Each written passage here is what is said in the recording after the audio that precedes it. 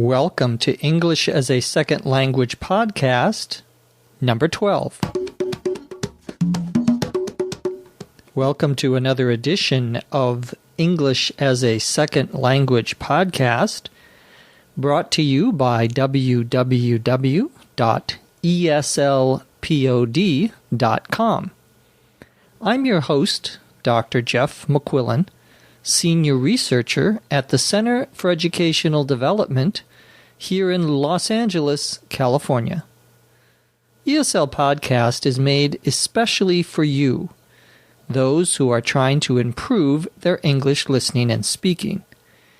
If this is the first time listening to this podcast, I recommend that you go to our website, www.eslpod.com, to read more about how to best use this podcast to improve your English. In today's podcast, we're going to talk about going to restaurants and ordering food, one of my favorite activities. As in all of our podcasts, we will first listen to a discussion, and then we will come back and talk about the vocabulary. Let's get started.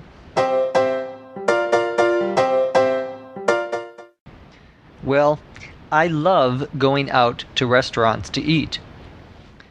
One of the best experiences I've had recently was at a place here in Los Angeles called Il Forneo.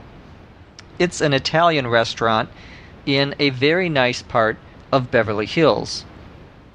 I don't go there very often. I can't really afford it.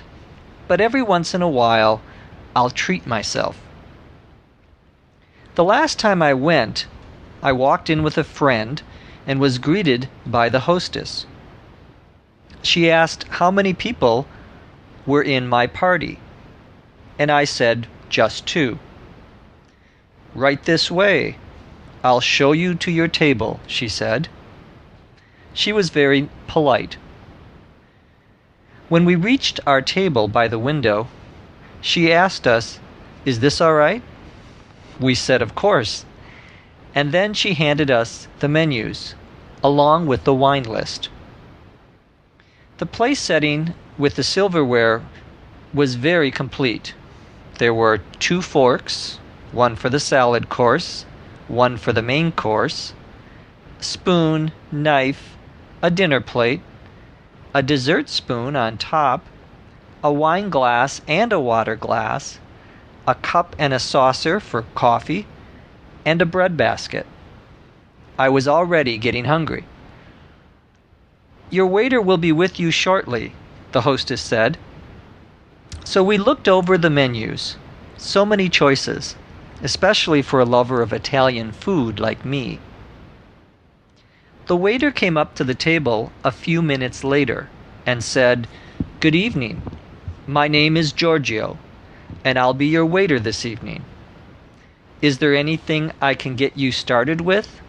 A cocktail? A glass of wine?" Well, my friend and I are not exactly big drinkers, so we just ordered a couple of iced teas. "Would you like a few minutes to look at the menu?" he said. We nodded our heads, and he went off to get our drinks. As I was looking at the appetizers, I spotted one of my favorite dishes, crab cakes. I told my friend that crab cakes were a must. Just then, the waiter returned to our table, with our drinks on a large tray. Now, I was ready to order.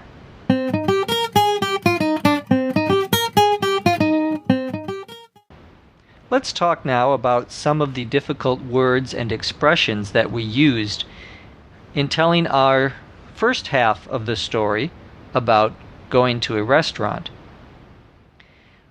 In starting my segment, I said that I don't go to the Italian restaurant very often because I can't really afford it.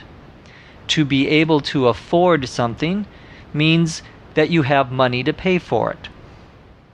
I also said, however, that every once in a while I'll treat myself. There are two expressions there. Every once in a while.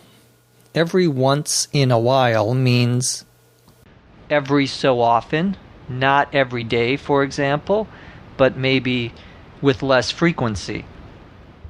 The other expression is to treat yourself. I said, I'll treat myself. To treat yourself means to give yourself a present or a gift or something that you really want that's just for you, something special that you would not normally go out and buy or do. When I talked about going into the restaurant, I said that the host is a man, the hostess, Hostess, is a woman. The hostess said to me, "How many people are in your party?" We use that expression in restaurants specifically to talk about how many people are going to be having dinner or having lunch with you. The word party, you probably already know, usually means a festive occasion where we celebrate something. But here, in a restaurant, the word party just means the number of people in your group. The hostess then said to us, "I'll show you to your table." To show someone to their table or to show someone to the door means that you take them and lead them to wherever you're going. This is a common expression in restaurants when the hostess or host shows you to your table.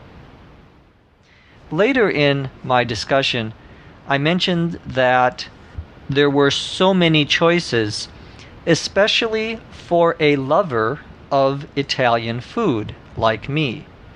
That expression, "for a lover of," is something we use when we're describing someone who really is an expert or really likes something a great deal. For example, for a lover of rock music, going to a live concert is the best. For a lover of, then, is someone who's a fan or someone who is very much in love with a certain thing. When the waiter came to our table, he asked, "Is there anything I can get you started with?" In a restaurant, when the waiter says, "Is there anything I can start you with," or "I can get you started with," this means that he or she is asking you whether you want an appetizer, a before meal course, or if you want a cocktail, an alcoholic beverage is a cocktail, or some wine. In this example, in my example, I said that my friend and I are not exactly big drinkers. This is somewhat of an informal expression. To be a big drinker means that you like to drink a lot, drink alcohol a lot. So when we say John is a big drinker, we mean John likes to drink a lot of alcohol. Finally, at the end of my discussion, I said that I spotted one of my favorite dishes. To spot something here means that I found it. I saw it. For example, I was in the store yesterday and I spotted a hat that was on sale, meaning I looked and I saw and I found it.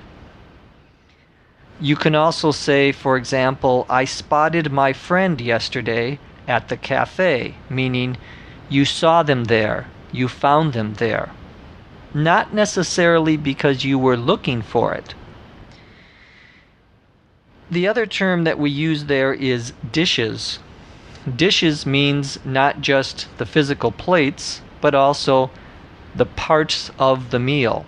So an appetizer with crab cakes, that would be a dish, and then lasagna, that would be a separate dish. A meal, particularly a fancy meal, that is, a formal meal, often has more than one dish. Finally, I said that crab cakes were a must. The expression to be a must, for example, for me, listening to music in the morning is a must. That means it's something that's necessary for me, that I absolutely must have. We use that expression a lot in English to express something that we have a strong desire for. That's going to wrap up our podcast for today. Remember that you can get all of our podcasts that are currently available by going to our website, www.eslpod.com. Or you can also email us your questions and suggestions. We are always interested in finding out who is listening to us, where you are, and what ideas you have for future podcasts. Email us at eslpod@eslpod.com. eslpod@eslpod.com. Thank you again for listening, and we'll see you next time.